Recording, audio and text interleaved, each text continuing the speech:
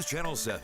Time for 7 First Alert weather. If you could have seen the smile on my face when I got up this morning and saw those big fat festive flakes, and just in front of the pretty spring trees, it was all just a gorgeous mix. We know what they say about April showers, but what do they say about April snow showers, aside from that we really need it, especially in our mountain locations? So bring it on, more to come. As you can see, really active weather all across the Pacific Northwest, and there is more to come. Here's this atmospheric river that's setting up over the region, and we will be able to take advantage of a lot of this moisture over the next couple of days. I'd say the main event will be for tomorrow, but it continues into Tuesday before quieter, drier weather is expected by midweek. So there is a lot to cover in this forecast. I kind of want to break it down on timing here. As far as snow is concerned, yes, more snow even down into the valley. Monday and Tuesday morning commutes. However, with spring snow, it'll be like this morning. It's melting about as quickly as it's falling, so it's not piling up, but still it could be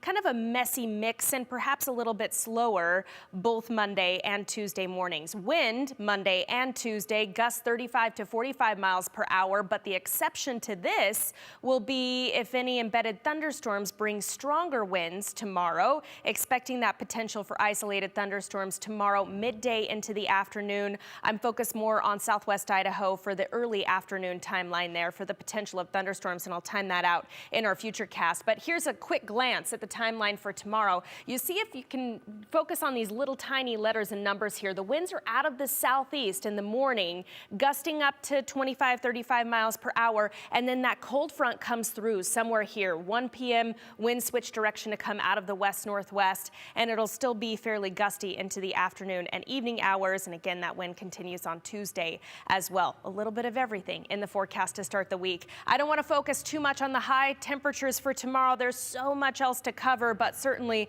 below average temperatures will continue for us. Here's the all-important timeline clock in the top of the screen here. As early as 3 a.m. tomorrow, filling into southeastern Oregon and across the I-84 corridor. Temperatures are cold enough to see the snow falling all the way down to the valley floors. By about 8 or 9 a.m., that southeast breeze changing it over to a rain-snow mix for the I-84 corridor, but it's still some wet snow that's falling from the sky. Could still slow down the morning commute, both the early morning commute and the later morning commute. And you can see that right about noon, we start to get some active colors on the forecast models there, and that is that potential for thunderstorms to develop. Could even be some small hail that will come along with those thunderstorms. The cold is well embedded here by the time we hit the overnight hours tomorrow night into early Tuesday morning, and we get another round of snow as this system tries to pull away to the east, and it could make for some light accumulations even in the valley, especially on grassy surfaces and also on patio furniture. We know most of us already got the patio furniture out for this year. So how much snow by the end of Monday? Again, a coating to an inch. Really, it's not going to be an inch through the valley Monday. Into Tuesday, maybe a little bit more, but again, probably only about a coating to an inch. Remember, it's one day. Spring snow has a tendency to melt. How about for the mountains? And watch what happens as I just set this ahead as we get into Easter Sunday. So let's take it all the way out to next Sunday.